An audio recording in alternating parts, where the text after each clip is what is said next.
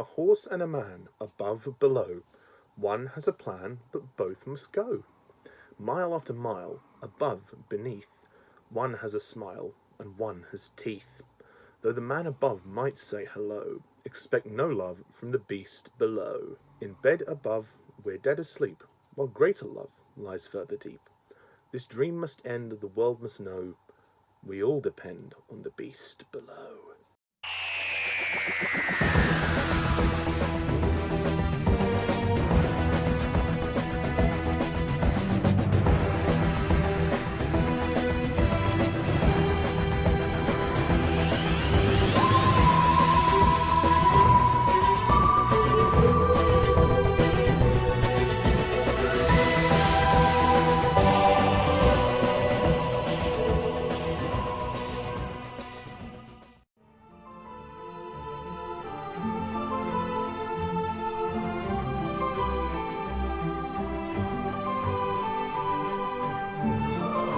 Hello Whovians and welcome to my latest Doctor Who review, where today I continue my review of the Matt Smith era and Series 5 of Doctor Who.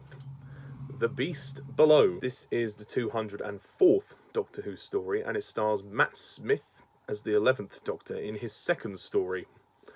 So, The Beast Below. Well, the basic plot is as follows. For Amy Pond's first trip in the TARDIS, the Doctor brings his new companion to the 33rd century, where all of the United Kingdom's citizens, apart from the Scottish, live on board Starship UK, searching for a new home amongst the stars, as the Earth is being roasted by solar flares. However, the Doctor soon finds something amiss on board the vessel. The citizens appear to fear the smiling fellows in the booths, and ignore crying children. What is going on? What secrets does Starship UK hold at its depths, and who is hiding them? Soon, the Doctor is forced to make an impossible choice. No matter what he chooses, death is the only outcome. Okay, so The Beast Below. Judging from that description of the plot, you would think this would be a pretty epic story with a lot of high stakes. Sadly not. Look, okay, The Beast Below, I don't actually hate this story. A lot of people hate this story and think it's a piece of shit. I wouldn't go that far, but it is quite disappointing after the 11th hour. It's definitely not the best story for Matt Smith. I think the problem with The Beast Below for me is the fact that it just feels like a filler episode. Not much really happens in it. It's very talky. It just started to bore me a lot of the time. I didn't find a lot of the scenes to be particularly interesting. I mean, the third act has a pretty good dilemma, and the choice that the Doctor has to make is an interesting one. But I don't feel like the story built up to that well enough, to be honest. And you could argue some elements of the story are quite strange in regards to the revelation that the thing that is piloting this ship is actually a whale who volunteered to do so because it heard the cries of children, and that it was being tortured by the villains. And it's a nice idea, but again, the villains aren't developed enough. The villain, the one who works for the Queen, Liz 10, I think his name's Hawthorne, but he barely gets any screen time, so yeah, the villain sucks for this story. And when it comes down to the choice that the Doctor has to make, I do like the performance from Matt Smith, and I do think that it is a good outcome the way the story ends, and Amy manages to figure out exactly what the hell is going on.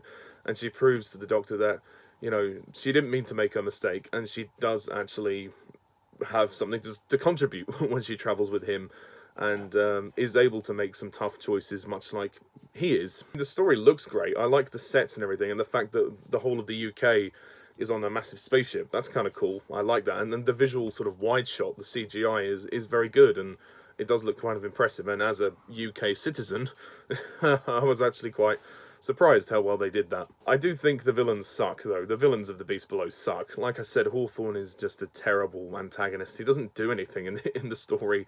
And there's also these things called the Smilers, which have like they have these turning heads, and one face is happy and one is angry, and it's supposed to be quite scary. The opening scene of the story is interesting. How we meet this girl called Mandy, who becomes quite prominent, and her friend Timmy gets sent down below. And we think that the children have been killed, but it turns out to be not the case. I like the poem as well that we hear with the girl on the screen which talks about the beast below. Amy narrates a poem at the very end, which is on a similar vein. I also do quite like the character of Liz 10. I think Queen Elizabeth X, Liz 10, she's kind of funny when she says, I'm the bloody queen, mate, and basically, I rule. Oh, that did give me a chuckle. And it was interesting, the revelations we found out about her character, about especially the age of her character. I won't say exactly what happens in case you haven't seen it, but it was interesting. So there are interesting ideas in The Beast Below, but for me it just comes off as a real drag. I mean, I struggled to kind of get into it, to be honest. I mean, I do like Karen Gillan as Amy Pond. I think she does a good job in this story, and particularly in the third act when she realises, you know, what's happening. And she has noticed everything that the Doctor has asked her to, and she sort of has to prove herself to the Doctor in this one, to prove that she is a worthy companion, because there's even a moment when he says to her, when I'm done here, you're going home. Because she makes a mistake and she presses the wrong button at a certain point when she's being shown all this information, and yeah, she ends up forgetting what she's done and causing the Doctor to make a terrible choice, and he's really unhappy with her.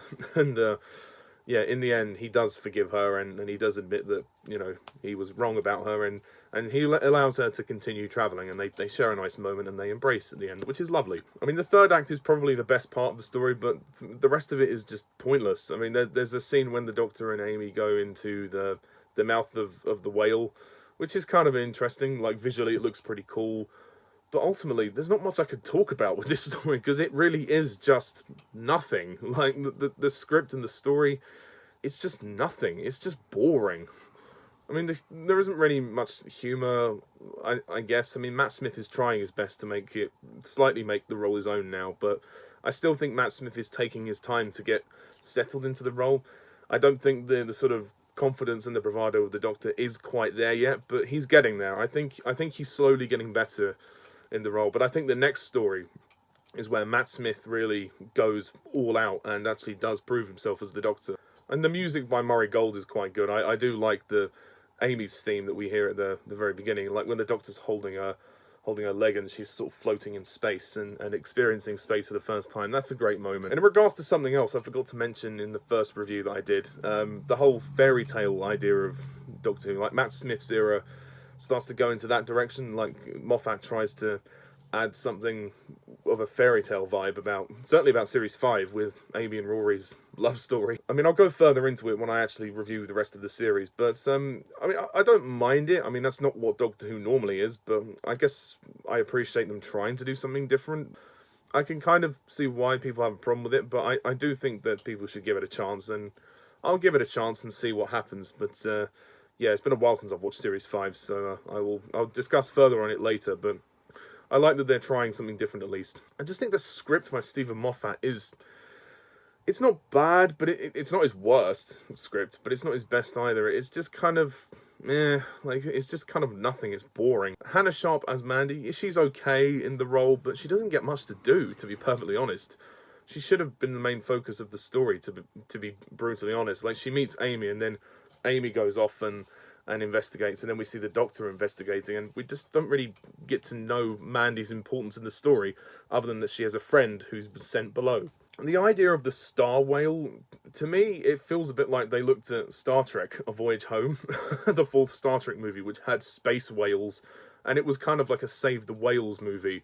So I feel like the plot was kind of reminiscent of that. Like I said, it's not horrible, it's harmless, it's not offensive or anything, it doesn't destroy the continuity of the show or anything, it's not that bad. For me, it's just a dull episode. I just couldn't get into it, to be perfectly honest. So that being said, I think I'll score The Beast Below.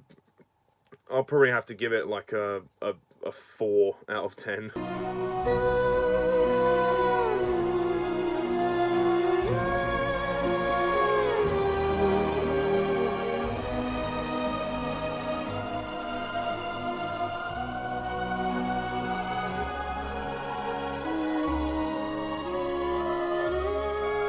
Yeah, it's really not very good, sadly. I sort of thought to myself at first, maybe I could give it a pass, maybe it'll be alright, but no. I mean, there's a few good things in it, but it's really a nothing story. I mean, honestly, don't worry if you miss it, because you're not missing that much. But, yeah. So yeah, that's my review of The Beast Below. What do you think? Please comment down below, let me know. Please hit that subscribe button for future content, and stay tuned next time when I review Victory of the Daleks, because obviously at the end of this episode there was a cameo from Winston Churchill, and obviously leading us into the next story. So until next time, I'm Mr. TARDIS11. Thank you for watching. See you soon. Bye for now.